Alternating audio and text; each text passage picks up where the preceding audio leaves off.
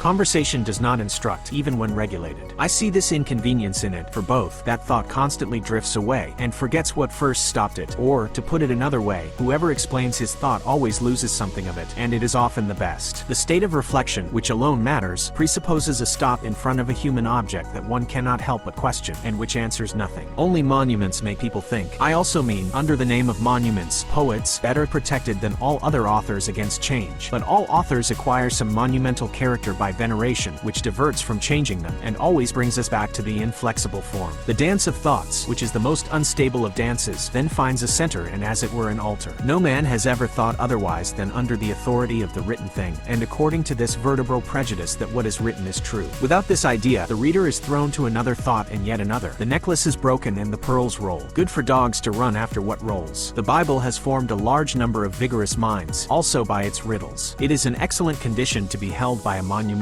text. The contemplative moment is then prolonged and renewed. The mind is poised. Balzac and Stendhal would not act any less if they had majesty, but they do not have it yet. I have to put my own in it and admire everything by decree, and perhaps even printing errors, as the grammarian insinuates. This risk is small in comparison to the profit, but I would not keep this faith, which is fidelity, if I were not warned by the retinue of admirers. Even today, if I meet one, he strengthens me and I strengthen him. After that I read better. I am stronger against the polemical demon. Servility, you say, but that makes me laugh. Of Balzac's opinions on politics and religion, I have not taken one. It is only summaries that make minds slaves. It is chimerical to want to form young minds otherwise than by the old books. The younger the books are, the more you choose in them, the more you look for what pleases, and theses for the passions. This is not discipline. The Imitation, a venerable book, is not one of my books, but it was one of Comte's books. A strong mind nevertheless, and it is always one of the most beautiful titles of a book, for it is by imitating the human that one learns to think. The one who reads only what he likes, I see him alone, always in the company of his meager personal ideas, as they say, but he will not leave childhood. The child's mind needs help, and an inscription on granite for its reading. Télémaque is better for learning to read than Francinet, and the Iliad is better than Télémaque. Comte had taken for himself this maxim from the Imitation: intelligence must follow faith and not precede it or break it. I myself took this maxim by contagion. Although it did not please me much, it has led me further than any other, and, for example, to the very idea that I am explaining now.